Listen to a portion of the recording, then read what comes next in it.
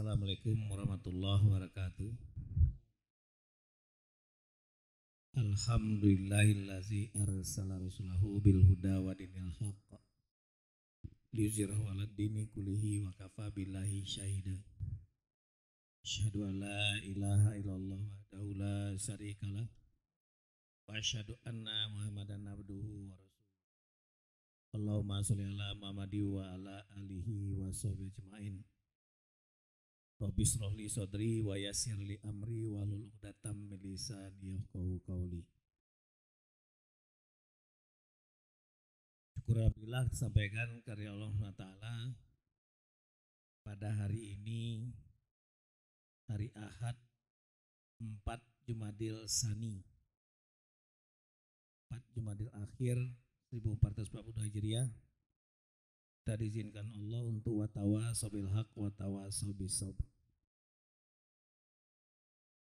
dengan harapan ya hitungan saya 86 hari lagi insya Allah kita akan ketemu dengan Ramadan. 86 hari lagi insya Allah. Rasanya baru kemarin kita meninggalkan Ramadan 1441 Hijriah yang penuh kenangan Pak Haji, karena di seluruh Indonesia praktis sedikit sekali yang berani melaksanakan sholat tarawih. Berharap mudah-mudahan tahun ini kita bisa melaksanakannya dengan sempurna. Allah memberikan kita kekuatan lahir dan batin serta kesehatan, sehingga mudah-mudahan Ramadan nanti merupakan Ramadan yang terbaik dalam hidup kita, di mana di akhir Ramadan sebagaimana janji Allah, takwa kita meningkat. Amin amin ya rabbal alamin. Nah, terkait dengan itu saya ingin sharing dengan Bapak Ibu sekalian tentang kitab suci yang diturunkan Allah di bulan Ramadan. Sebelum sampai ke sana ada beberapa hal perlu kita pelajari bersama. Pertama, tentang otentitas dan kemutlakan Al-Quran. Beda dengan kitab-kitab yang lainnya, kalau Al-Quran Allah sendiri yang ngasih tahu. Inna nahnu nazzalna dzikra wa inna lahu lahafizun. Sesungguhnya kata Allah, kamilah yang menurunkan Al-Quran dan sesungguhnya kami benar-benar memeliharanya. Saya dulu sempat ngomong-ngomong dengan kawan Kristiani. Dia sempat nanya, menurut Anda lebih benar mana Al-Quran dengan Injil? Karena yang bersangkutan itu Kristiani. Itu sudah lama sekali, kira-kira tahun 79, 41 tahun yang lalu. Saya jawabnya asal pada waktu itu, ya kalau kita bicara tentang agama dan kitab suci, itu berkaitan dengan keyakinan. Anda dan saya, istilahnya ilmu ukur ruang itu Pak Rudi, garisnya berseberangan, ketemu. Tapi pada saat itu secara ringkas, sederhana saya sampaikan. Tapi kalau Anda mau menggunakan logika, menggunakan akal, kitab mana yang di dunia ini yang sak titik komanya itu dengan izin Allah bisa dihafal? Kecuali Al-Quran. Nah, saya memang teringat dengan ayat ini, bahwa kata Allah, kami yang menurunkan Al-Quran dan kami yang memeliharanya. 2 hari yang lalu kita kehilangan seorang ulama yang berasal dari Madinah yang menjadi warga negara Indonesia, yang punya obsesi menciptakan 1 juta hafiz Quran di Indonesia. Ternyata umur beliau masih muda sekali rupanya Pak. Saya baru kaget Pak Haji. Ternyata Pak Ustadz Ali Jaber itu umurnya baru 44. Rainya yang tua. Mudah-mudahan cita-cita beliau bisa kita Lanjutkan, amin ya rabbal alamin. Harapan kita karena tahun 2021 ini Pak Rudi udah sekitar 20-an ulama-ulama besar yang diwafatkan. Dan kita khawatir jangan-jangan itu salah satu tanda-tanda menjelang akhir zaman. Diangkat Allah ilmu. Nah, kita berupaya dengan segala kemampuan kita untuk tetap istiqomah mempelajari. Nah, yang kedua, absolutas kemutlakan Al-Quran, Allah juga yang ngasih tahu. Alif Lam Mim, zalikal kitabu la raiba fihi hudalil muttaqin. Al-Quran ini kata Allah tidak ada keraguan padanya, petunjuk bagi orang yang takwa.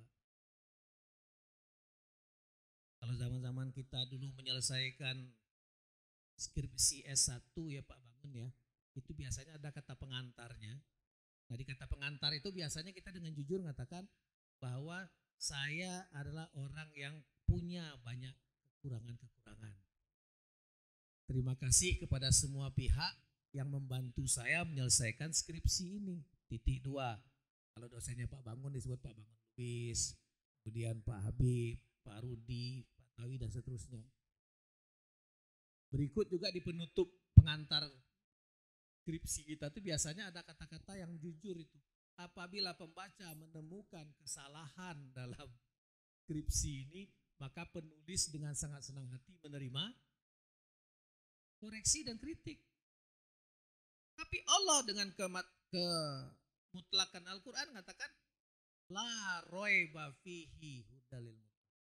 Tidak ada keraguan di dalamnya, petunjuk bagi yang takwa. Siapa yang berani bicara se-ekstrim itu kecuali Allah sendiri. Dan di ayat berikutnya Allah mengisyaratkan tentang orang yang takwa itu yang mudah-mudahan kita dapat menggapainya, meningkatkannya di bulan Ramadan yang mendatang. Amin ya rabbal alamin. Nah, Ibu-ibu sekalian, kawan-kawan yang pergi umroh ketika Ramadan ke Tanah Suci, Pak Habib, itu membawa oleh-oleh cerita yang menurut saya sampai hari ini menggelitik. Dia sebulan penuh di Tanah Suci dan dia mengatakan, ternyata di Masjidil Haram, di Masjid Nabawi, tidak pernah ada yang namanya peringatan nuzul Quran itu. Sementara di Indonesia, kita menjadikan tanggal itu tanggal abang, tanggal merah. Tanggal 17 Ramadan. Nah pertanyaan kita, kapan sebetulnya? Allah memang menginformasikan Al-Quran itu diturunkan di bulan Ramadan. Syahrul Ramadan allazi unzila fil Quran hudal linnas wa bainatim minal huda wal furqan. Dan itu menginspirasi saya untuk membuat topik pada hari ini. Al-Quran, petunjuk, penjelasan, dan furqan. Petunjuk, penjelasan atas petunjuk itu dan pembeda antara yang hak dengan yang batil.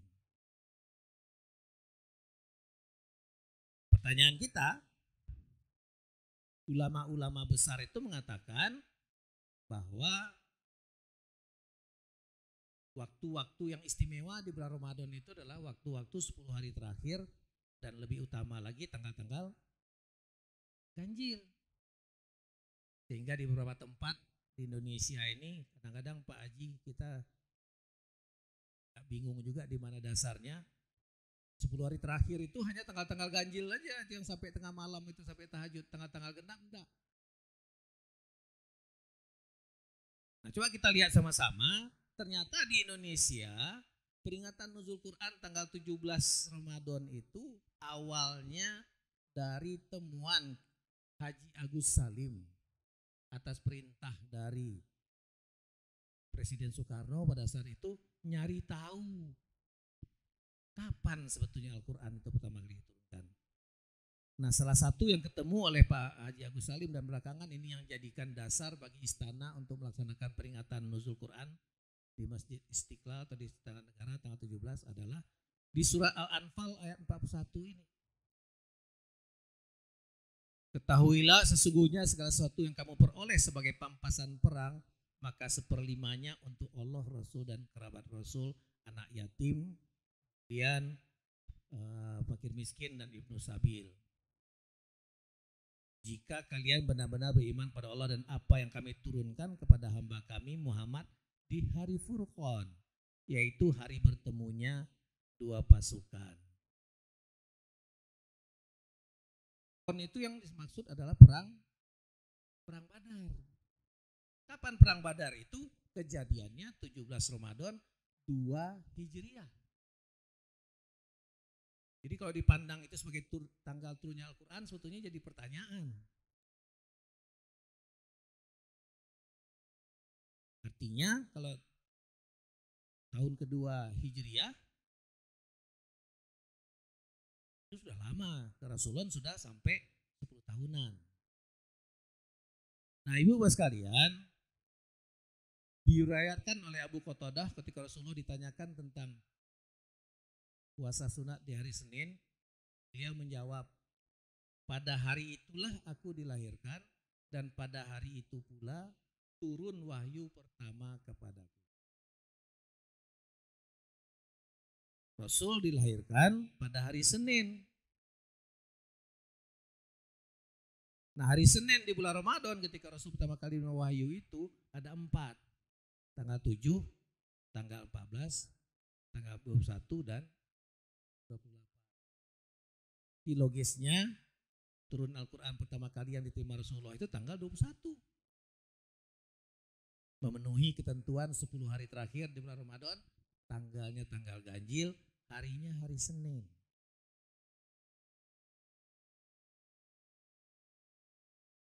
Rasul pertama kali menerima Al-Quran ketika berada di Gua Hira, itu pada tanggal 6 Agustus 610 Masehi. Itu surah Al-Alaq ayat 1 sampai 5.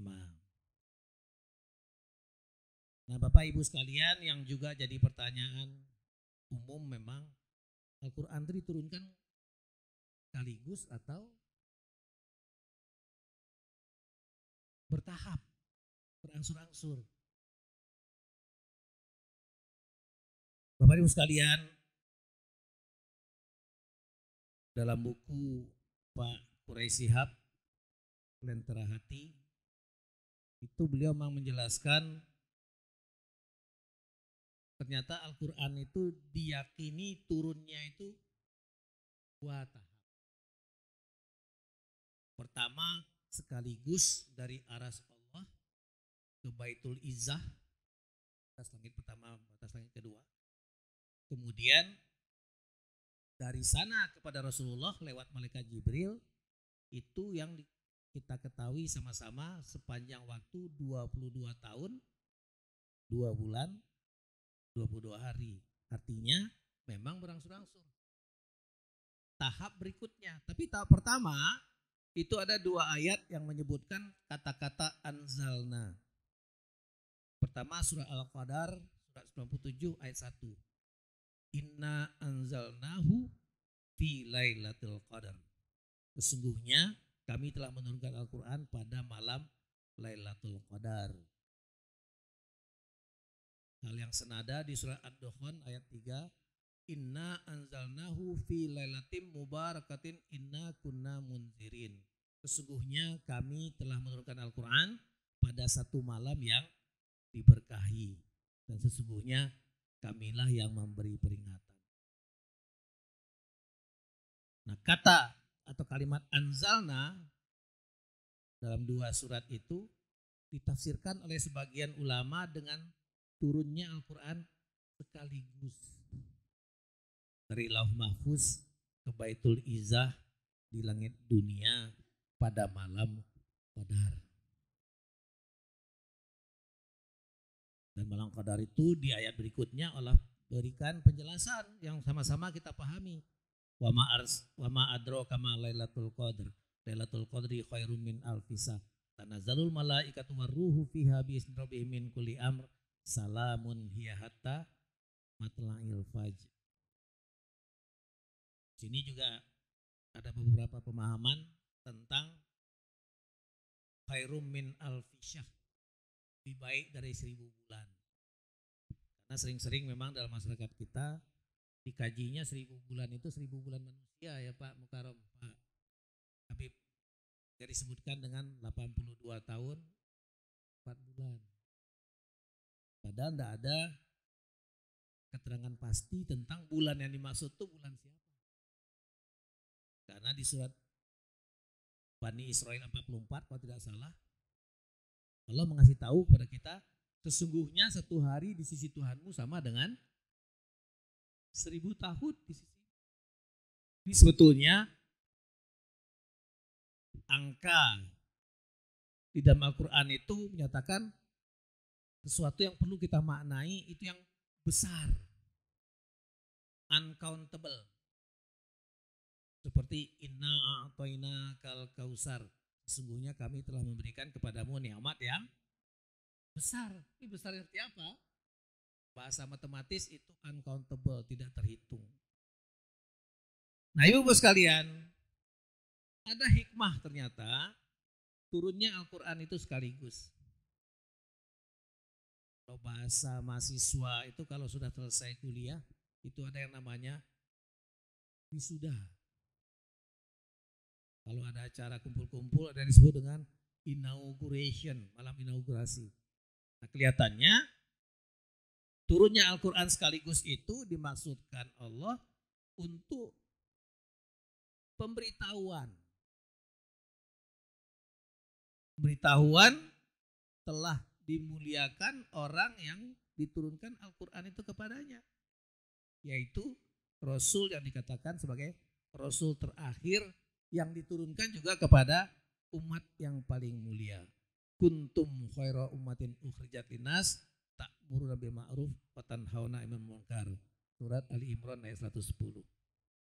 Jadi kita ini dalam Al-Quran disebutkan sebagai umat yang paling mulia. Karena kepada umat yang paling mulia ini diturunkan Rasul yang terakhir yang paling mulia juga, dan diturunkan Al-Quran, kitab yang mulia.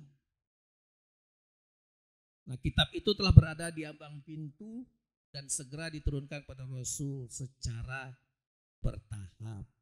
Nah, jadi yang bertahap itu adalah dari setelah turun sekaligus dari Lauh Mahfuz ke Baitul Izzah, dari Baitul Izzah kepada Rasulullah, itu yang bertahap. Itu yang disebut ada asbabun nuzulnya, sebab-sebab turunnya. Nah Bapak Ibu sekalian, ternyata di antara para nabi itu ada yang menerima wahyu dari Allah itu tidak melalui malaikat Jibril. Silakan cek nanti di surat An-Nisa ayat 164. Dan satu-satunya nabi yang langsung bertemu dengan Allah menerima wahyu itu adalah Nabi Musa. Sehingga beliau dipanggil dengan Kalimullah. Barangkali ini juga mungkin alasannya orang Yahudi itu menganggap Nabi Musa itu lebih mulia daripada Rasulullah. Mungkin nanti Pak Ustadz Arfan bisa memberikan pencerahan pada kita. Kenapa ketika peristiwa Isra dan Mi'raj itu katanya oleh-olehnya adalah kewajiban sholat 5 waktu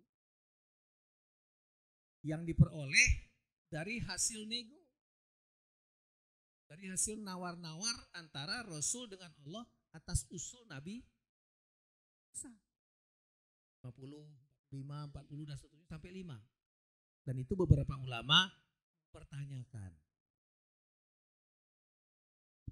Karena dalam hadis yang sama itu dikatakan Rasul ketika Isra dan Mi'raj itu di langit yang tertinggi justru tempat kedudukan Nabi Ibrahim.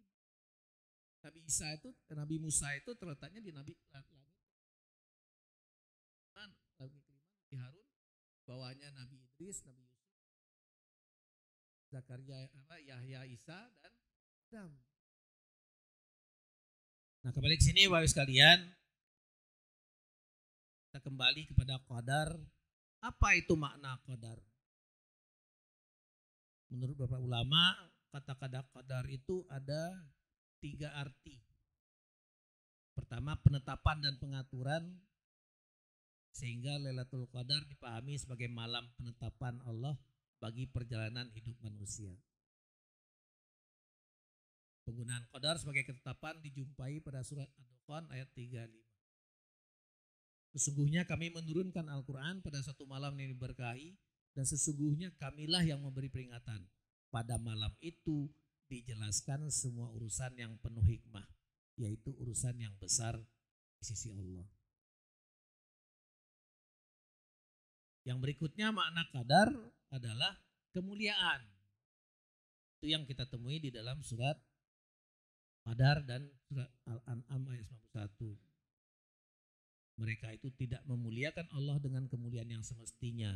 Tatkala mereka berkata bahwa Allah tidak menurunkan sesuatu pun kepada masyarakat. Nah, yang ketiga, makna dari qadar adalah sempit.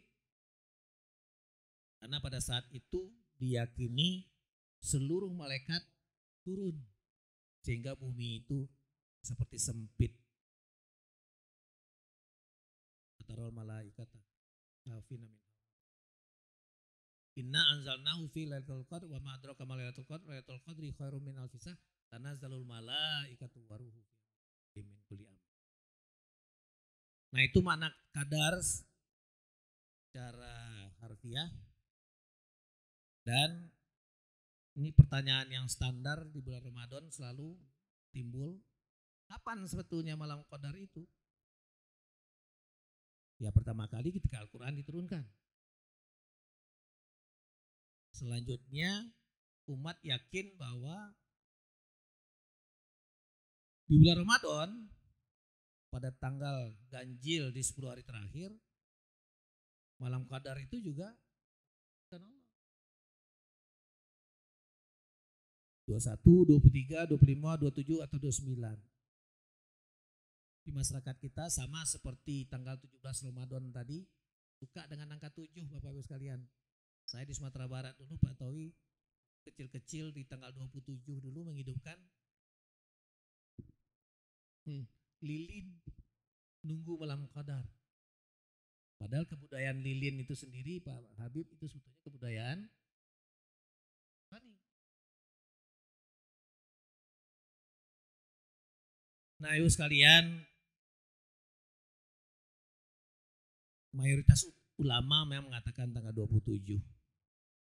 Imam Syafi'i mengatakan sesuai dengan hari Senin yang dialami Rasulullah di bulan Ramadan itu adalah tanggal 21. Sebetulnya beberapa ulama mengatakan kita nggak boleh melakukan kuantifikasi seperti itu. Harusnya sepanjang Ramadan itu kita beribadah, tidak hanya pada waktu-waktu tertentu saja. Dan ibadah kita tuh harusnya grafiknya menaik. 10 hari pertama, 10 hari kedua, 10 hari ketiga itu harusnya meningkat. Dan setelah meningkat harus diupayakan untuk tidak turun lagi. Karena banyak di antara umat Islam itu disindir oleh beberapa ulama menjadi Ramadaniyah, Pak. Beribadahnya hanya di bulan Ramadan saja. Di luar Ramadan menurun bahkan hilang sama sekali. Nah, ini sekedar gambaran malam Lailatul Qadar itu yang pernah jadi salah satu lagunya Bimbo. Ya, ngomong di masyarakat kita itu memang banyak cerita-cerita yang jadinya malam Lailatul Qadar itu jadi mistis gitu ya. Pada malam itu pohon-pohon menunduk, angin berhenti, kemudian air membeku. Kalau saya tanya orang alim nggak satupun pernah ketemu itu tuh Pak Aga. Cerita tentang itu beredar di masyarakat kita. Dan semua habis-habisan mengejar malam Lailatul Qadar itu. Padahal sebetulnya yang kita tangkap malam Lailatul Qadar itu bukannya tujuan. Ramadan diistilahkan la'allakum tattaqun, agar bertakwa, dan itu di ujung. Dan setelah bertakwa, takwa itu dijaga sampai dengan ketemu lagi dengan Ramadan berikut. Bukan tuh setelah selesai Ramadan karena menganggap Idul Fitri kembali suci, dibersihkan Allah dari noda dan dosa seperti bayi yang dilahirkan dari perut ibunya, mulai 1 Syawal bermaksiat lagi. Enggak begitu. Nah, yuk sekalian, bagaimana Rasul menerima ayat Al-Quran itu?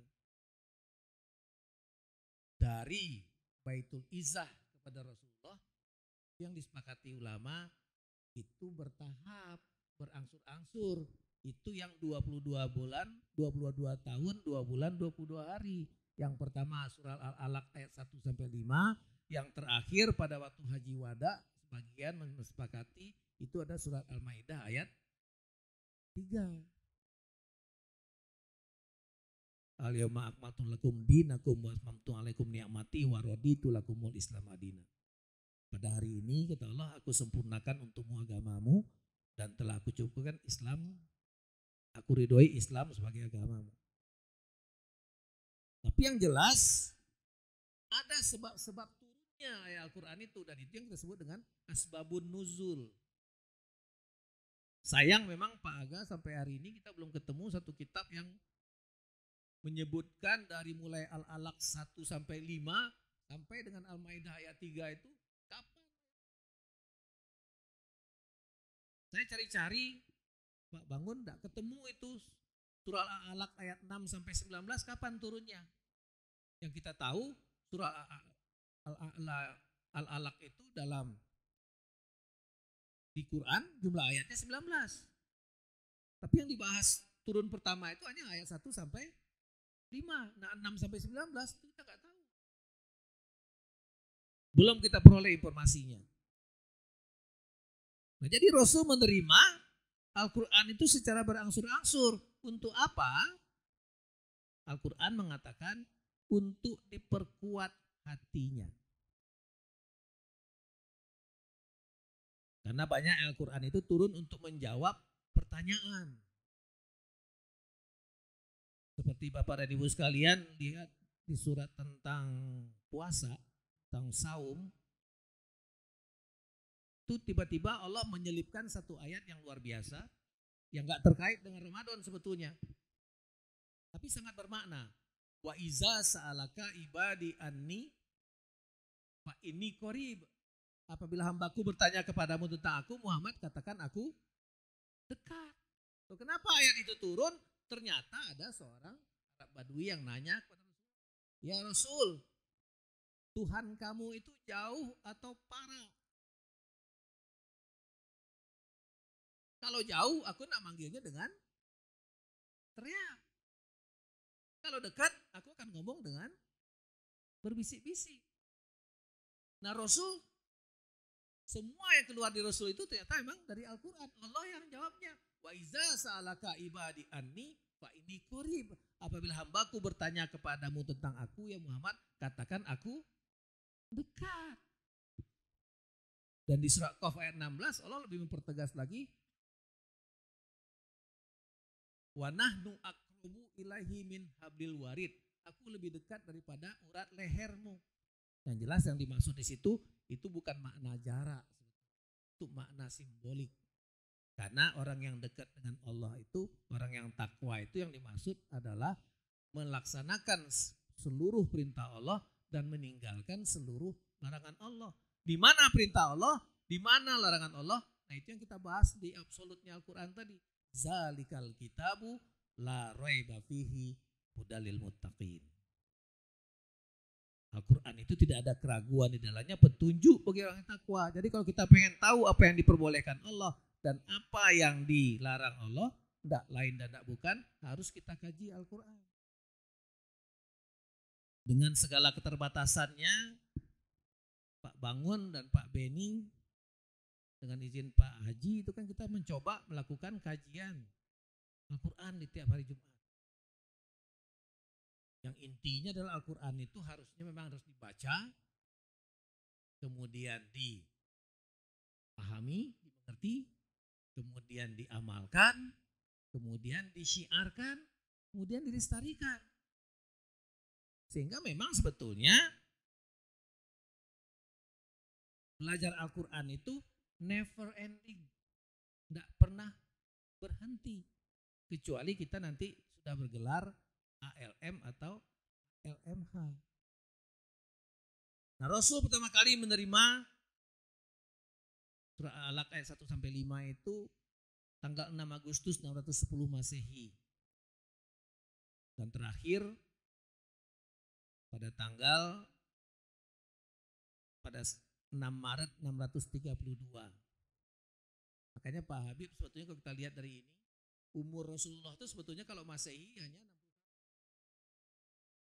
632 dikurang 571, 61. Tapi selalu dikatakan umur Rasul 63 karena basicnya adalah Hijriah.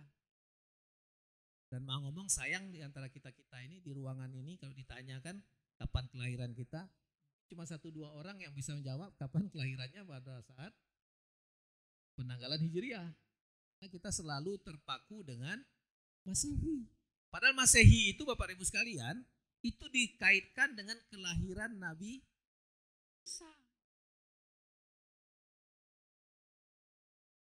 Sementara kita punya penanggalan sendiri, yaitu penanggalan Hijriah.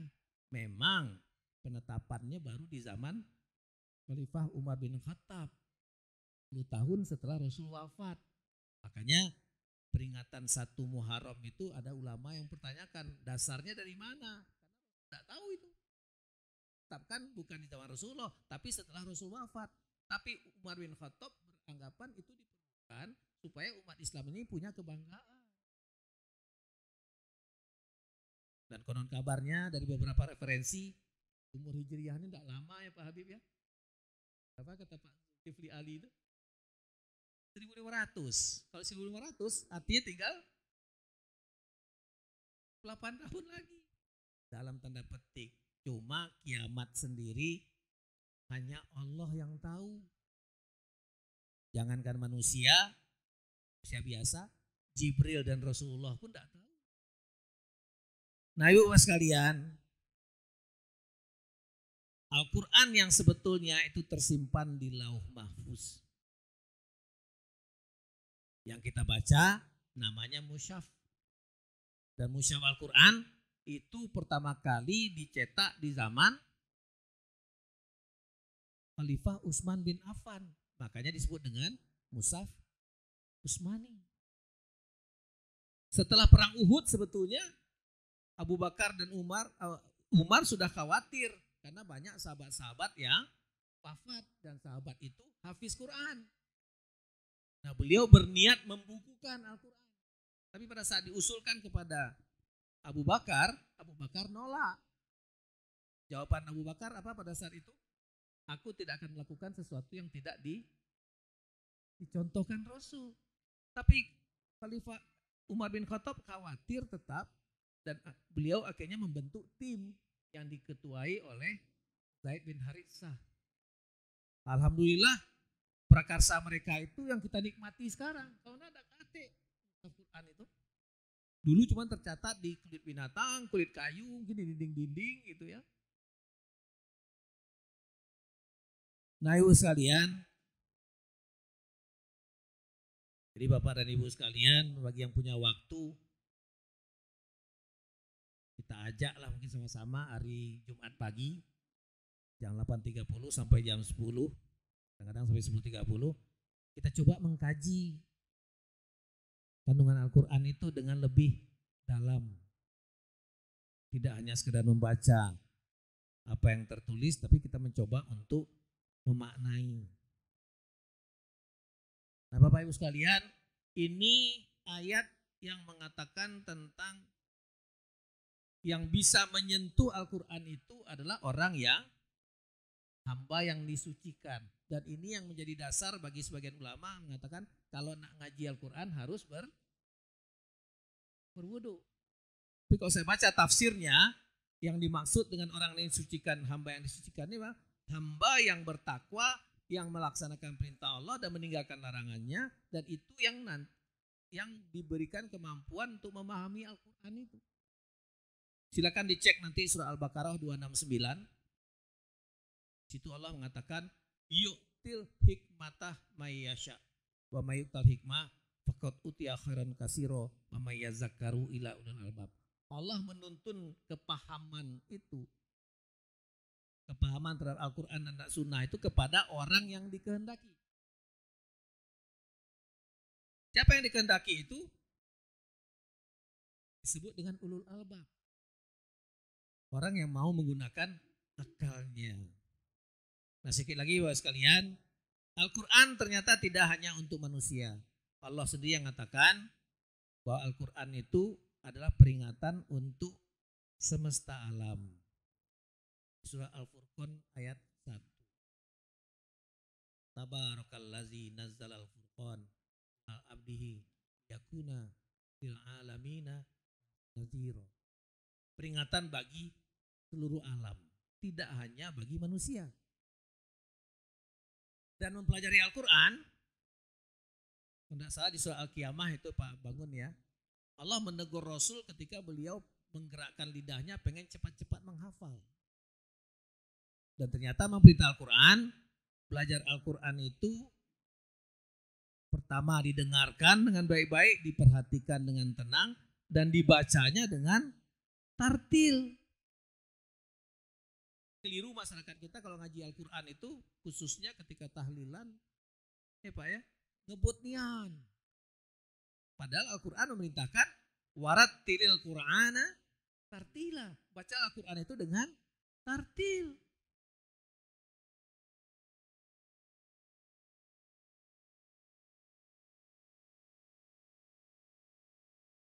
Dengan pelan-pelan. Dan memang seharusnya kita sayang sampai hari ini pun saya juga ngerasa umat Islam itu dijauhkan memang dari Quran. Tapi kita yang berada di sini harus bertahan sebetulnya. Untuk bisa menjadikan Al-Quran sebagai petunjuk, mendapatkan penjelasan dari Al-Quran. Dan kemudian dengan Al-Quran itu kita ya jadi jelas mana yang hak dengan yang batil, itu harus ada usahanya.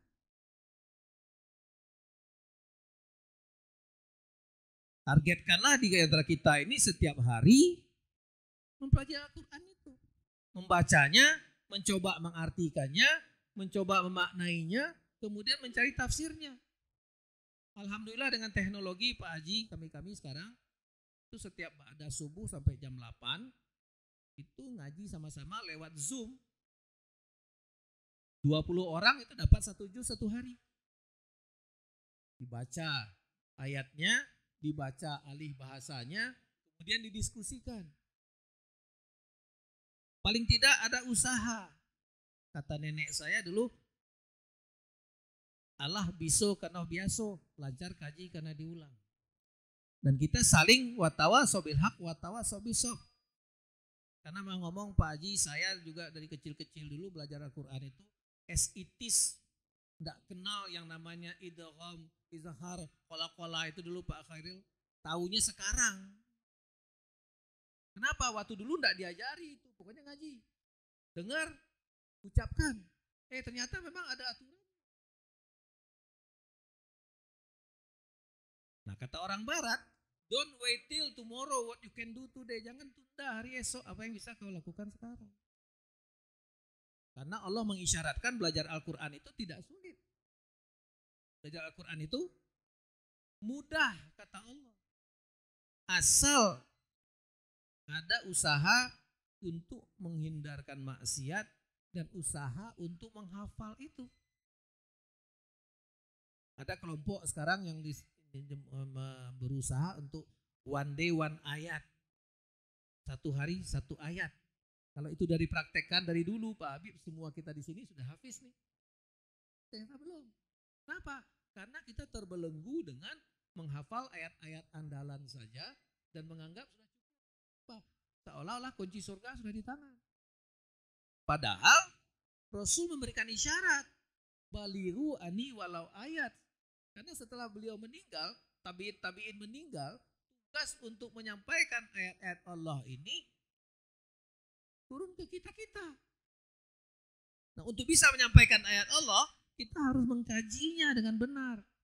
Dan Allah mengisyaratkan, Walaqad yasarnal Qur'ana lizikri fahal mim mudzakir. Kami mudahkan Al-Qur'an itu untuk pelajaran. Pertanyaannya, ada nggak orang yang mau mengambil pelajaran? Jadi memang harus ada usaha.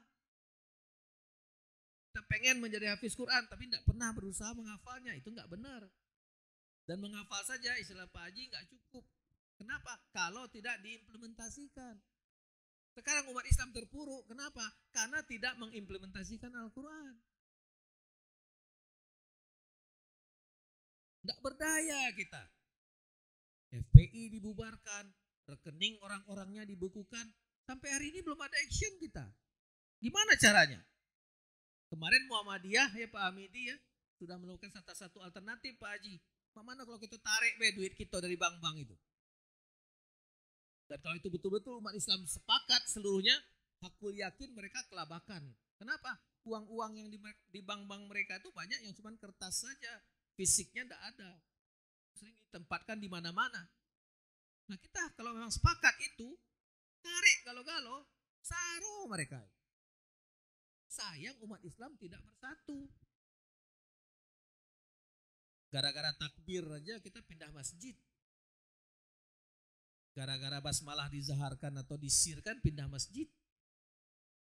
Gara-gara baca kunut apa tidak, ribut. Padahal ya seluruhnya ya tergantung imam. Melok be imam. Kalau imam baca kunut kita melok. Nah ayo sekalian, sedikit lagi.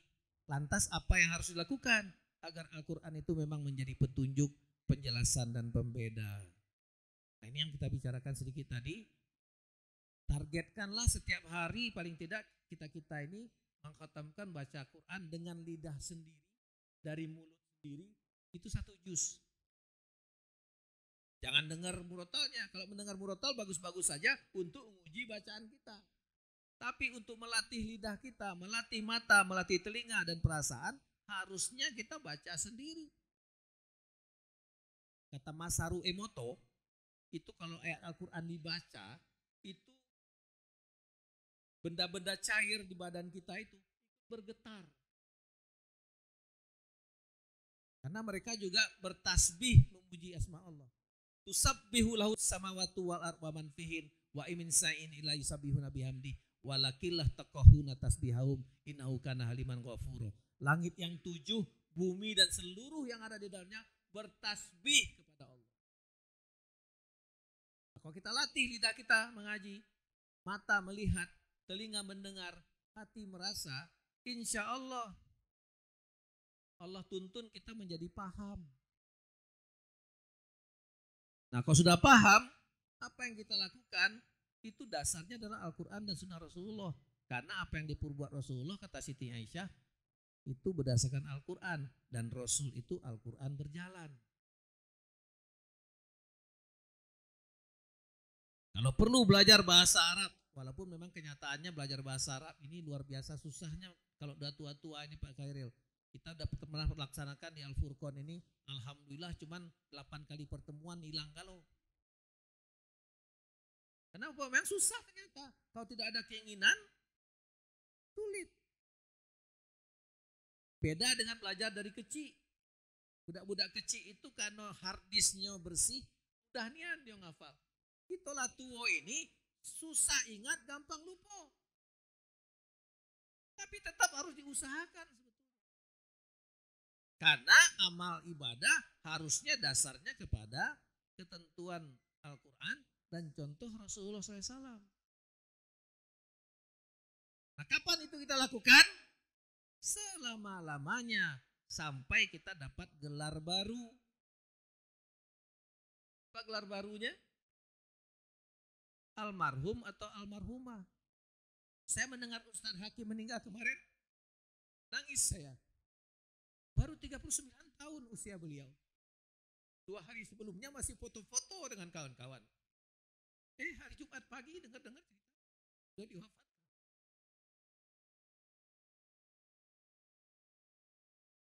Dan kita semua sudah punya jadwalnya, cuma kita nggak tahu. Makanya ketika Umar bin Khattab bertanya kepada Rasulullah, ya Rasul, siapa orang yang paling cerdas dan paling mulia itu? Cerdas menjawab, orang yang paling cerdas dan paling mulia itulah orang yang selalu ingat kematian, koma, dan dia bersiap-siap menghadapinya. Ya ayyuhallazina amanu taqullah wal tanzur nafsum ma qaddamat lighad wattaqullah innallaha khabirum bima ta'malun. Al-Hasr ayat 18. Mengingatkan kepada kita, hendaklah masing-masing diri mempersiapkan hari esok. Bapak Ibu sekalian, marilah kita masuk ke dalam Islam itu secara menyeluruh. Ya ayyuhallazina amanu udkhulu fis silmi kafah wa la tattabi'u khutuwati syaiton innahu lakum aduwwum mubin.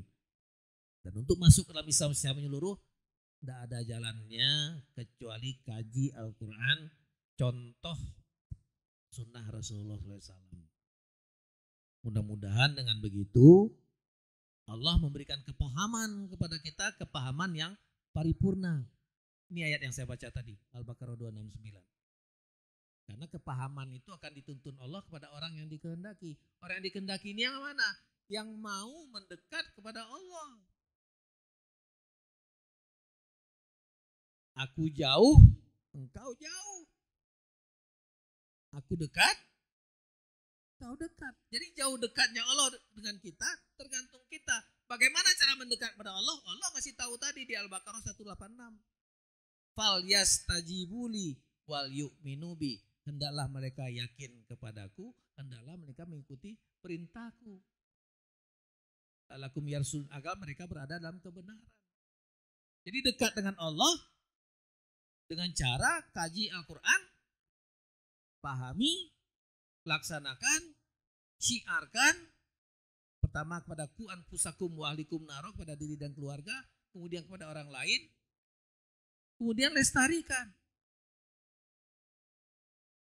Karena mau ngomong Bapak Ibu sekalian, saya menangkap makna dari menjelang kiamat nanti. Huruf-huruf Al-Quran itu hilang, agak. Saya mengartikannya bukan tiba-tiba buku itu jadi polos, enggak. Bukunya ada, tapi orang enggak baca lagi bacanya. Kenapa? Ilmunya enggak ketik lagi. Sama seperti kita sekarang dikasih kitab dalam bahasa Rusia, kitab dalam bahasa Thailand, bisa enggak kita baca? Enggak bisa. Nauzubillah min zalik, nanti menjelang kiamat jangan-jangan kondisi itu terjadi. Ada Qur'annya, tapi enggak ketik lagi yang baca-baca. Kayaknya kematian Pak Ali Jaber, kematian Pak Arifin Ilham, kematian Ustadz Uje, dan macam-macam, kita harus membacanya sebagai tanda-tanda dari Allah. Paling tidak berusaha diri dan keluarga tetap istiqomah mengkaji Al-Quran. Tapi akulah tua, ini contoh nih Pak sekalian, ini di Malaysia ini. Itu di Malaysia. Kita ternyata di Indonesia juga punya. Nenek Aisyah ini umur 80 tahun diwisuda menjadi hafiz. Jadi tidak ada kata terlambat sebetulnya untuk mengkaji. Banyak jalan ke Roma, di mana ada keinginan, itu ada jalan. Kita-kita yang mungkin sudah dari dulu belajar Al-Quran, sudah punya modal yang lebih dibanding beliau-beliau ini.